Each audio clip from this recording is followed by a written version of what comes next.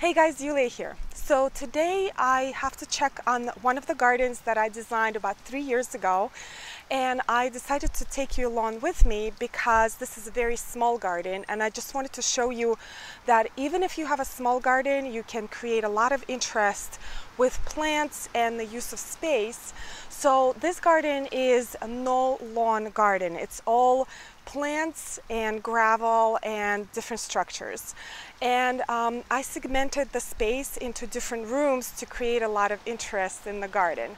So I will actually post the plan for this garden, including the planting plan, at the end of this video, so you can kind of pause and look at the details and see how it all came together. So anyway, let me show you the space. All right, guys, so this is the garden. This is what you see when you enter the garden. The house is on the left and it just got painted. So the deck was seemed a little bit too high for me, so we planted a lot of hydrangeas right next to the deck to kind of bring the garden into the living space. Right over here, this is a parking spot, and we planted this Schwalbe hollies so you can screen the parking spot from the house. But check out these eucharis right here, and they're in full bloom right now. How gorgeous is this color? So the homeowner had these plums here, and I thought that the color of eucharis and the plums go so well together.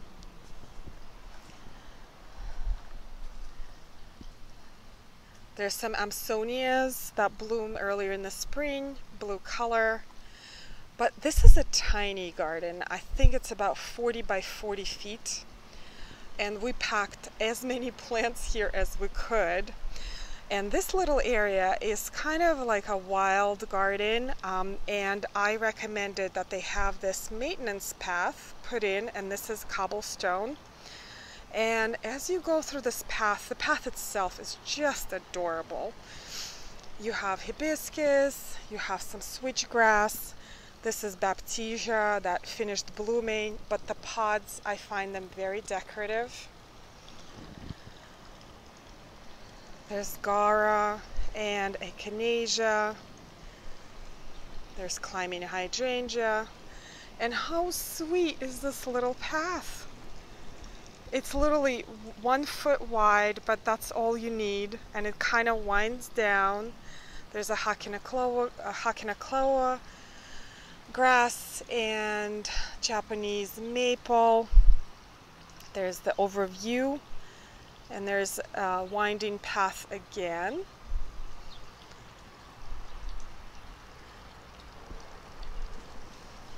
Some more Amsonia, and these hibiscus are about to bloom, and they are huge.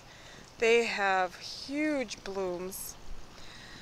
And this is the view from here. The lovely fountain was here when I was designing the garden, and the sound of water is so soothing.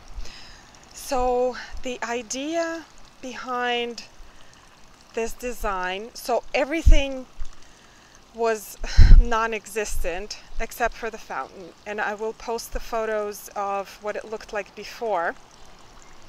So the idea is I wanted to center this plaza right here. This is like a mini plaza with this compass in the middle,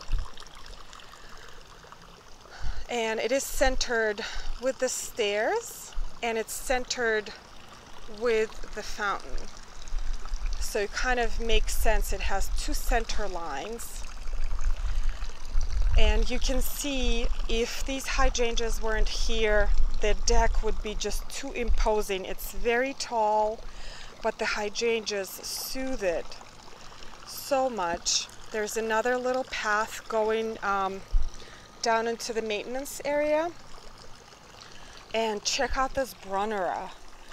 Oh my gosh. The leaves on the Brunneras are some of the most beautiful leaves in the plant world. They are silver, just absolutely gorgeous, and they bloom in the spring with tiny blue flowers like forget-me-nots. And this is incredible hydrangea. Their blooms are absolutely giant, and I think it's kind of at the end of its bloom, so they are turning chartreuse, but beautiful nonetheless. There's some Christmas roses here for spring interest. Some lady's mantle. So this plaza here, the arborvitae that you see here are De Groot Spire, and they stay very narrow, and they have this frilly, very frilly needle foliage, and I just love the look of these.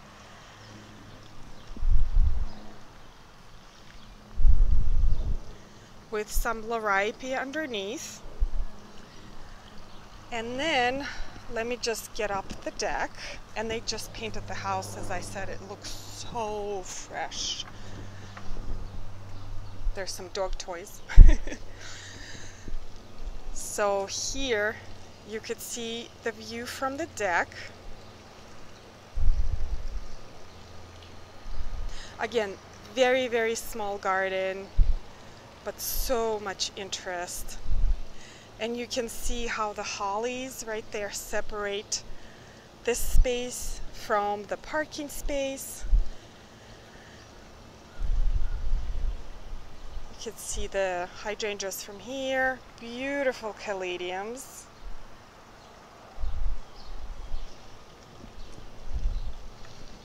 Alright, so let's look at this bed here. This oak leaf hydrangea, look at my hand and look at this bloom. Isn't that beautiful? There's another one, just huge. Oak leaf hydrangeas are one of my most favorite. They're native plants, really bold leaves, beautiful blooms. And there's some drift roses here. That color is beautiful. There's some more lady's mantle.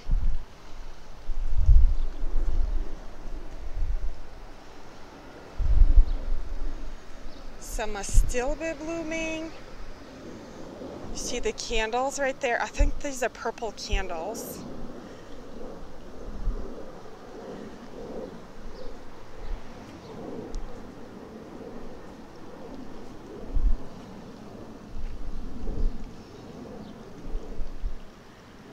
And you can see the center line from here.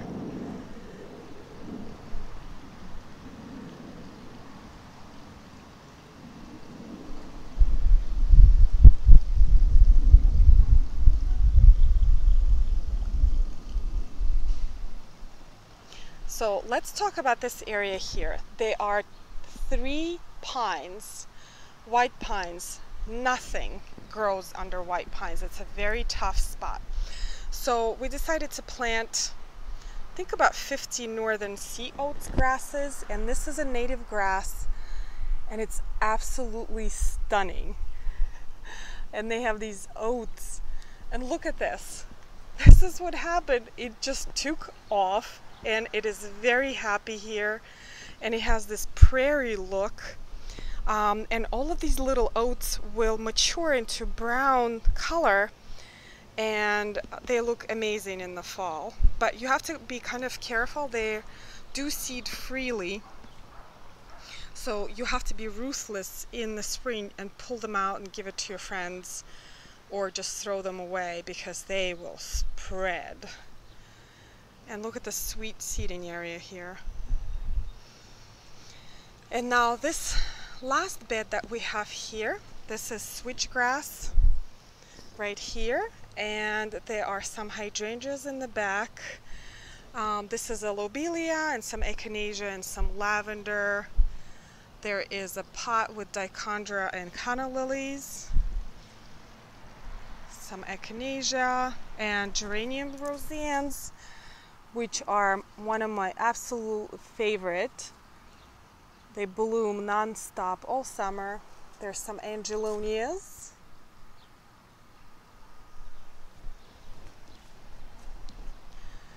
And this is pretty much it for the backyard.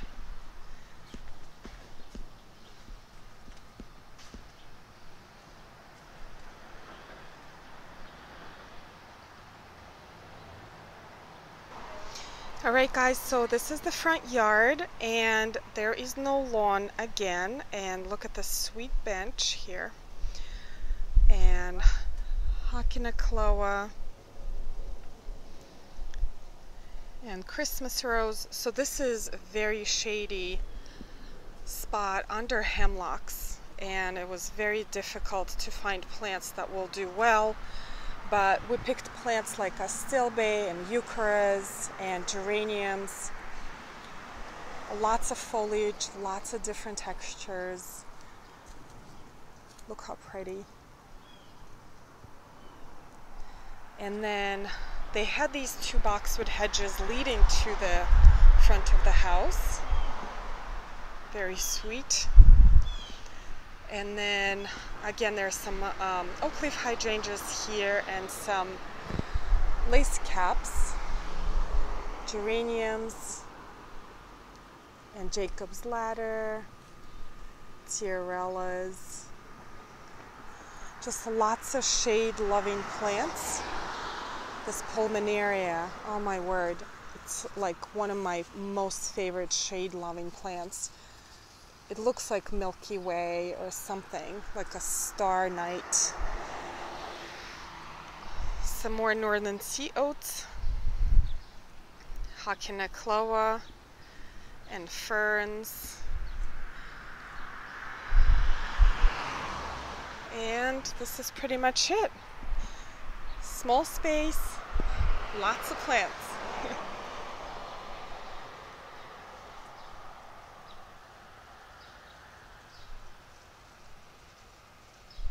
Alright guys, this is it for today. I hope you enjoyed this garden tour. Let me know if you want to see more of garden tours like this or any other videos that you're interested in. This is not my primary kind of thing that I do. I'm a landscape designer and a gardener who is just trying to document her progress or process and share it with the world and share my passion for gardening with people like you and other gardeners.